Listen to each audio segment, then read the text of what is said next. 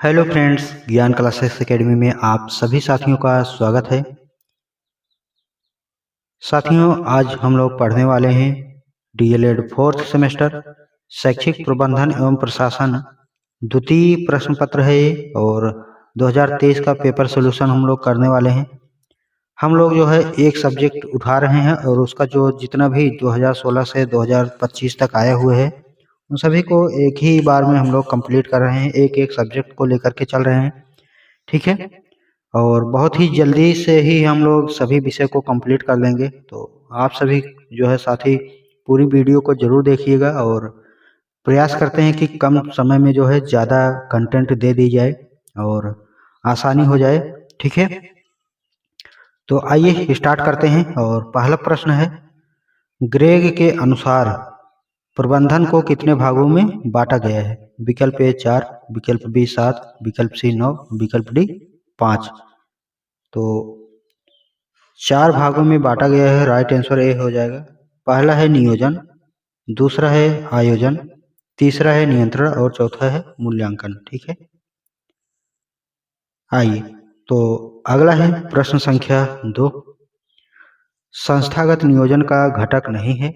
विकल्प ए है बौद्धिक घटक, विकल्प बी है राजनीतिक घटक, विकल्प सी है उत्पादक घटक, विकल्प डी है सामाजिक घटक। तो राइट आंसर सी सही हो जाएगा, उत्पादक घटक और उत्पादक घटक, ठीक है। और संस्थागत अगर नियोजन की बात करें साथियों, कौन कौन से घटक होते हैं, तो एक होता है बौद्धिक घटक, दूसरा होता है राजनीतिक घटक, तीसरा होता है सामाजिक घटक, ठीक है। तो ये संस्थागत नियोजन के घटक होते हैं, ठीक है। चलिए तीसरा प्रश्न लेते हैं। प्रश्न संख्या 3 है, एक प्रबंधक को होना चाहिए। विकल्प ए कठोर, विकल्प बी लचीला, विकल्प सी मेलजोल भागीदार, विकल्प डी नौकरशाह। तो मेलजोल भागीदार होना चाहिए, ठीक है, मिलजुल करके कार्य करना चाहिए। आगे प्रश्न संख्या 4, विद्यालय भवन निर्माण में बंद योजना के अंतर्गत नहीं आता है। विकल्प ए ठोस आयत, विकल्प बी आयत, विकल्प सी एल टाइप, विकल्प डी शून्य आयत। तो राइट आंसर यहाँ पर एल टाइप जो है, ये जो है जो विद्यालय होता है वह बंद भवन निर्माण के अंतर्गत नहीं आता, क्योंकि एल जो है इस प्रकार से अगर भवन बनाया जाएगा तो यहाँ पर कमरा, यहाँ पर कमरा, यहाँ पर कमरा, यहाँ पर कमरा, ठीक है। तो ये तो खुला हुआ है, कुछ भी अगर कोई समस्या है कि सीधे यहाँ पर सीढ़ी लगा दीजिए, नीचे आ जाएंगे, भाग जाएंगे। यहाँ पर लगा सकते हैं, बाहर जाएंगे, यहाँ पर लगाएंगे, बाहर जाएंगे, ठीक है। आयत आयत में क्या होती है कि इस प्रकार से रहेगा और अंदर की तरफ अगर दरवाजा खुला रहेगा तो आप बाहर जाओगे तो यहाँ पर जो है चारों तरफ से समस्याएं होगी, तो भाग नहीं पाओगे, ठीक है। आगे है प्रश्न संख्या 5, जिला स्तर की सर्वोच्च अकादमिक संस्था है। विकल्प ए डाइट, विकल्प बी बीआरसी, विकल्प सी सीमेट, विकल्प डी एनसीईआरटी। तो राइट आंसर यहाँ पर डाइट सही हो जाएगा, तो ये विकल्प जो है राइट आंसर हो जाएगा, ठीक है। आइए अगला है प्रश्न संख्या 6, लो कास्ट नो कास्ट शिक्षण अधिगम सामग्री का निर्माण किया जाता है। विकल्प ए बाजार से क्रय की गई वस्तुओं से, विकल्प बी शासन द्वारा प्राप्त सामग्री से, विकल्प सी स्थानीय परिवेश से उपलब्ध वस्तुओं से, विकल्प डी उपरोक्त सभी से। तो राइट आंसर यहाँ पर स्थानीय परिवेश से उपलब्ध वस्तुओं से, तो सी सही हो जाएगा। प्रश्न संख्या 7 है, हिंदी राज्य संस्थान किसका अनुषांगिक संस्थान है? विकल्प ए है उत्तर प्रदेश शासन, विकल्प बी है एनसीईआरटी का, विकल्प सी है सीमेट का और विकल्प डी है यूजीसी का। तो राइट आंसर बी सही हो जाएगा, एनसीईआरटी का। अगला प्रश्न संख्या 8 है, प्रबंधन सहायक होता है। विकल्प ए नियोजन, विकल्प बी अभिप्रेरणा, विकल्प सी नियंत्रण, विकल्प डी उपरोक्त सभी। तो राइट आंसर प्रबंधन में सभी सही हो जाते हैं, नियोजन, अभिप्रेरणा और नियंत्रण। प्रश्न संख्या 9 है, सर्वोत्तम शिक्षा व्यवस्था सुयोग्य शिक्षकों के अभाव में असफल हो जाती है। यह कथन है, ठीक। यह कुछ इस प्रकार से दिए गए हैं, जैसे सर्वोच्च शिक्षा व्यवस्था योग्य शिक्षकों के अभाव में असफल हो जाती है, जबकि अच्छे शिक्षकों के सहयोग से दूषित शिक्षा प्रणाली भी ठीक कर दी जाती है, यह कथन है। ठीक है, इसमें थोड़ा सा छूटा हुआ है। विकल्प ए है डॉक्टर राधाकृष्णन, विकल्प बी है महात्मा गांधी, विकल्प सी है हुमायूं कबीर का, विकल्प डी है सुकरात का। तो ये जो है डॉक्टर राधाकृष्णन का है, तो राइट आंसर ए सही हो जाएगा। आगे प्रश्न संख्या 10 है, समय सारणी को कहा जाता है। विकल्प ए विद्यालय की दूसरी घड़ी, विकल्प बी अनुशासन, विकल्प सी घंटा, विकल्प डी अध्ययन। तो विद्यालय की दूसरी घड़ी जो है राइट आंसर यहाँ पर हो जाएगा। ठीक, आगे है प्रश्न संख्या 11, समस्या समाधान का प्रमुख अंग है। विकल्प ए है अनुशासन प्रक्रिया, विकल्प बी है अधिगम प्रक्रिया, विकल्प सी है निर्णय प्रक्रिया, विकल्प डी है शिक्षण प्रक्रिया। तो राइट आंसर सी सही हो जाएगा, निर्णय प्रक्रिया। आगे प्रश्न संख्या 12 है, राज्य शिक्षा संस्थान कहाँ स्थित है। विकल्प ए है लखनऊ, विकल्प बी है आगरा, विकल्प सी है प्रयागराज, विकल्प डी है वाराणसी। तो राइट आंसर सी सही हो जाएगा, प्रयागराज। अगला प्रश्न संख्या 13 है, इंदिरा गांधी मुक्त विश्वविद्यालय इग्नू की स्थापना कब हुई। विकल्प ए सन 1982 में, विकल्प बी सन 1985 में, विकल्प सी सन 1885 में, विकल्प डी सन 1986 में। तो राइट आंसर बी सही हो जाएगा, 1985 में। ठीक है, तो बी सही हो जाएगा। अगला है प्रश्न संख्या 14, राष्ट्रीय शैक्षिक अनुसंधान एवं प्रशिक्षण परिषद NCERT का मुख्यालय स्थित है। विकल्प ए है नई दिल्ली, विकल्प बी है भोपाल, विकल्प सी है लखनऊ और विकल्प डी है वाराणसी। तो राष्ट्रीय शैक्षिक अनुसंधान एवं प्रशिक्षण संस्थान जिसको NCERT बोलते हैं वह है दिल्ली में। प्रश्न संख्या 15 है, आंग्ल भाषा शिक्षण संस्थान स्थित है। विकल्प ए है लखनऊ, विकल्प बी है प्रयागराज, विकल्प सी है मेरठ, विकल्प डी है आगरा। तो राइट आंसर बी सही हो जाएगा, प्रयागराज। आगे प्रश्न संख्या 16 है, विद्यालय में बजट के प्रकार बताइए। ठीक है, तो उत्तर हो जाएगा विद्यालय में बजट के प्रमुख प्रकार निम्नलिखित हैं। और पहला है चालू बजट, दूसरा है दीर्घ अवधि बजट, तीसरा है परंपरागत बजट, चौथा है विशिष्ट कार्यक्रम बजट। प्रश्न संख्या 17 है, मीना मंच के प्रमुख उद्देश्य बताइए। इंपॉर्टेंट क्वेश्चन है। ठीक है, इंपॉर्टेंट क्वेश्चन है क्योंकि ये क्वेश्चन बार बार हर एक पेपर में रिपीट हो रहा है। तो उत्तर है मीना मंच बालिकाओं के लिए एक विद्यालय में बनाया गया मंच है। इसका उद्देश्य बालिकाओं को खुल कर के बोलने का अवसर देना, उन्हें शिक्षा से जोड़े रखना, नियमित विद्यालय आने के लिए प्रेरित करना तथा लिंग आधारित भेदभाव के प्रति जागरूक बनाना होता है। प्रश्न संख्या 18 है, मानवीय संसाधन के घटक बताइए। ठीक, अर्थात वे मानव बताइए उन सभी मानव को जो किसी विद्यालय को चलाने के लिए कार्य करते हैं। ठीक है, तो मानवीय संसाधन के प्रमुख घटकों में शिक्षा, स्वास्थ्य, चिकित्सा, परिवार कल्याण, आवास, रोजगार, शुद्ध पेयजल, परिवहन, समता, न्याय, मानवाधिकार एवं सुरक्षा जैसी जीवन की मूलभूत आवश्यकताएं सम्मिलित होती हैं। ठीक है, आगे प्रश्न संख्या 19 है, प्रबंधन का आशय स्पष्ट कीजिए। तो उत्तर हो जाएगा, प्रबंधन एक ऐसी प्रक्रिया है जिसके द्वारा संगठन के उद्देश्यों को कुशल एवं प्रभावी ढंग से प्राप्त किया जाता है। इसमें नियोजन, संगठन, स्टाफिंग, नेतृत्व तथा नियंत्रण जैसी प्रक्रियाएं सम्मिलित होती हैं। ठीक, आगे प्रश्न संख्या 20 है, शिक्षण में लर्निंग कॉर्नर का महत्व स्पष्ट कीजिए। तो उत्तर हो जाएगा, लर्निंग कॉर्नर विद्यालय का वह कोना होता है जहां शिक्षण अधिगम सामग्री रखी जाती है। इसके माध्यम से बच्चे देखकर, छूकर और पढ़ करके सीखते हैं। इससे बच्चे के ज्ञान, अवलोकन शक्ति और स्वरूप अध्ययन में वृद्धि होती है। प्रश्न संख्या 21 है, पर्यवेक्षण का अर्थ स्पष्ट कीजिए। ठीक, तो किसी कार्य की प्रक्रिया या गतिविधि को बिना हस्तक्षेप किए ध्यानपूर्वक देखने की क्रिया को पर्यवेक्षण कहते हैं। इसका उद्देश्य कार्य की वास्तविक स्थिति को समझना होता है। प्रश्न संख्या 22 है, सूचना संकलन के सोपानों का उद्देश्य लिखिए, उल्लेख कीजिए।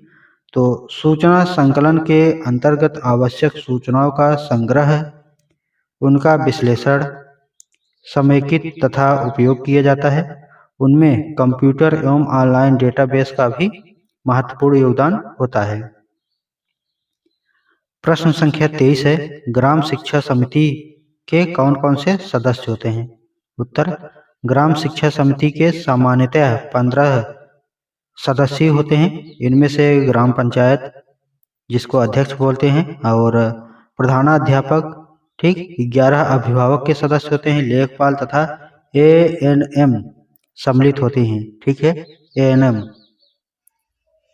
आगे प्रश्न संख्या 24, समय सारणी से क्या अभिप्राय होते हैं? उत्तर, समय सारणी से विद्यालय में पढ़ाए जाने वाले विषयों, अध्यापकों की उपलब्धता तथा उनके कार्य विभाजित की जानकारी मिलती है। इससे विद्यालय के कार्य सुव्यवस्थित रूप से चलता है। ठीक। प्रश्न संख्या 25, पाठ्य सहगामी क्रियाओं के उद्देश्य बताइए। पाठ्य सहगामी क्रियाओं का उद्देश्य छात्रों की प्रवृत्तियों की विकास, उनके सक्रिय बनाए रखना, नागरिक गुणों का विकास करना तथा सामाजिक भावनाओं को सुदृढ़ करना होता है। प्रश्न संख्या 26 है, एनसीटीई का पूरा नाम लिखिए। तो एनसीटीई का पूरा नाम होता है राष्ट्रीय अध्यापक शिक्षक परिषद। ठीक है।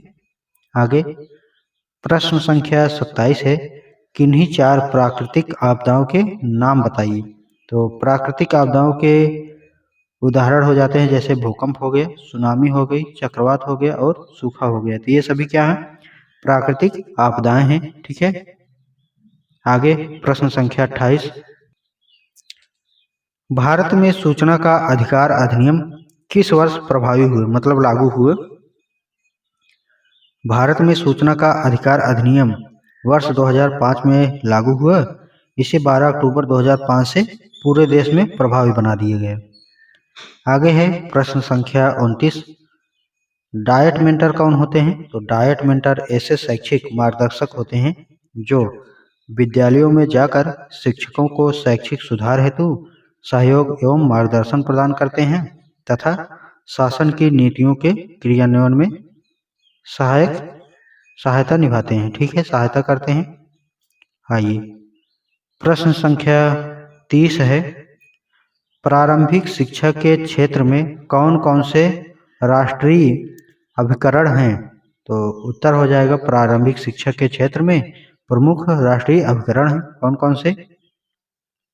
पहला है राष्ट्रीय अध्यापक शिक्षा परिषद, दूसरा है राष्ट्रीय इंदिरा गांधी राष्ट्रीय मुक्त विश्वविद्यालय, तीसरा है राष्ट्रीय मुक्त विद्यालयी शिक्षा संस्थान, चौथा है राष्ट्रीय शैक्षिक अनुसंधान एवं प्रशिक्षण परिषद, पांचवा है राष्ट्रीय शैक्षिक प्रबंधन एवं प्रशासन संस्थान। ठीक है। आगे अब हम लोग 15 क्वेश्चन पढ़ेंगे, लघुत्तरीय प्रश्न। ठीक है। वीडियो को सभी साथियों को शेयर कर दीजिएगा, जितने भी साथी हैं। अगर नए आए हैं तो जो है सब्सक्राइब करके रखिएगा ताकि एग्जाम तक जो है साथ बने रहें। समेकित शिक्षा से आप क्या समझते हैं? तो उत्तर हो जाएगा, समेकित शिक्षा वह शिक्षा है जिसमें सामान्य एवं दिव्यांग बच्चे एक साथ बैठकर शिक्षा ग्रहण करते हैं। इनका उद्देश्य सभी बच्चों को सामान्य शैक्षिक अवसर प्रदान करना है। विशेष आवश्यकता वाले बच्चों के लिए जिला स्तर पर समन्वय द्वारा शिक्षा उपकरण एवं प्रशिक्षण की व्यवस्था की जाती है। प्रश्न संख्या 32, निर्णय प्रक्रिया के सोपान बताइए। तो उत्तर हो जाएगा, निर्णय प्रक्रिया वह प्रक्रिया है जिसमें उपलब्ध विकल्पों से सर्वोत्तम विकल्प का चयन किया जाता है जिससे निर्धारित लक्ष्यों की प्राप्ति हो सके। इनके प्रमुख सोपान है कौन कौन से? पहला है समस्या की पहचान करना, दूसरा है प्रभावित विकल्पों की खोज करना, तीसरा है विकल्पों के परिणामों पर विचार करना, चौथा है सर्वोत्तम विकल्प का चयन करना जो सबसे अच्छा विकल्प हो, और पांचवा है निर्णय का कार्यान्वयन करना, छठवा है निर्णय के परिणामों का मूल्यांकन करना, जो आपने निर्णय लिया था शुरू में उसका मूल्यांकन करना कि आखिर कहाँ तक सफल हुए हैं, कहाँ तक अभी रह गया है, कौन सी कमी रह गई है। प्रश्न संख्या 33 है, पुस्तकालय एवं वाचनालय में अंतर स्पष्ट कीजिए। ठीक है, तो पुस्तकालय क्या होता है, वाचनालय क्या होता है? आइए, पुस्तकालय एवं वाचनालय में अंतर निम्नलिखित है।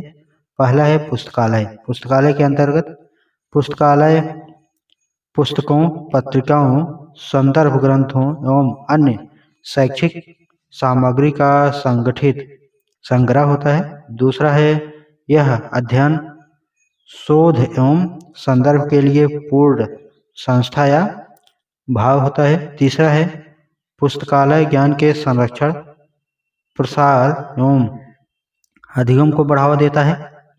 वाचनालय की अगर बात करें तो पहला है वाचनालय अध्ययन या पठन के लिए निर्धारित स्थान होता है। दूसरा है यह प्रायः पुस्तकालय या किसी संस्था का एक भाग होता है। और वाचनालय में समाचार पत्र, पत्रिकाएं, सीमित पुस्तकें पढ़ने के लिए उपलब्ध होती हैं। आइए, प्रश्न संख्या 34 है, आदर्श शिक्षण के गुण बताइए। ठीक है, आदर्श शिक्षण कौन होता है? ठीक है, गुण क्या क्या होते हैं आइए जानते हैं।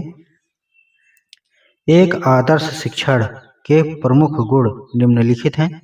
पहला है चारित्रिक गुण, दूसरा है अक्षर सुनने का कौशल, तीसरा है सहानुभूति, चौथा है शिक्षण के प्रति जुनून, पांचवा है आजीवन सीखने की प्रवृत्ति, छठवां है धैर्य, सातवां है अनुकूलन क्षमता, आठवां है सहयोगात्मक व्यवहार। ठीक है, आइए प्रश्न संख्या 35 लेते हैं। विद्यालय में शौचालय की समुचित व्यवस्था हेतु सुझाव दीजिए। तो विद्यालय में शौचालय की समुचित व्यवस्था हेतु सुझाव, पहला है लड़के और लड़कियों के लिए अलग अलग शौचालय हों। दूसरा, प्रत्येक शौचालय में पानी की उचित व्यवस्था हो। तीसरा, स्वच्छता बनाए रखने के लिए टाइल्स उसमें लगी होनी चाहिए। चौथा, निश्चित अंतराल पर फिनाइल से सफाई उसमें होनी चाहिए। ठीक है, निश्चित अंतराल पर। आगे प्रश्न संख्या 36 है, NIEPA में शौचालय की समुचित व्यवस्था हेतु सुझाव दीजिए। ठीक है, ये अभी हमने पढ़ लिए।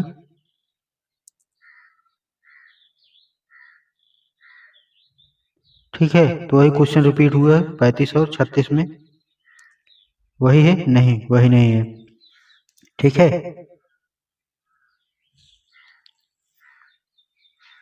तो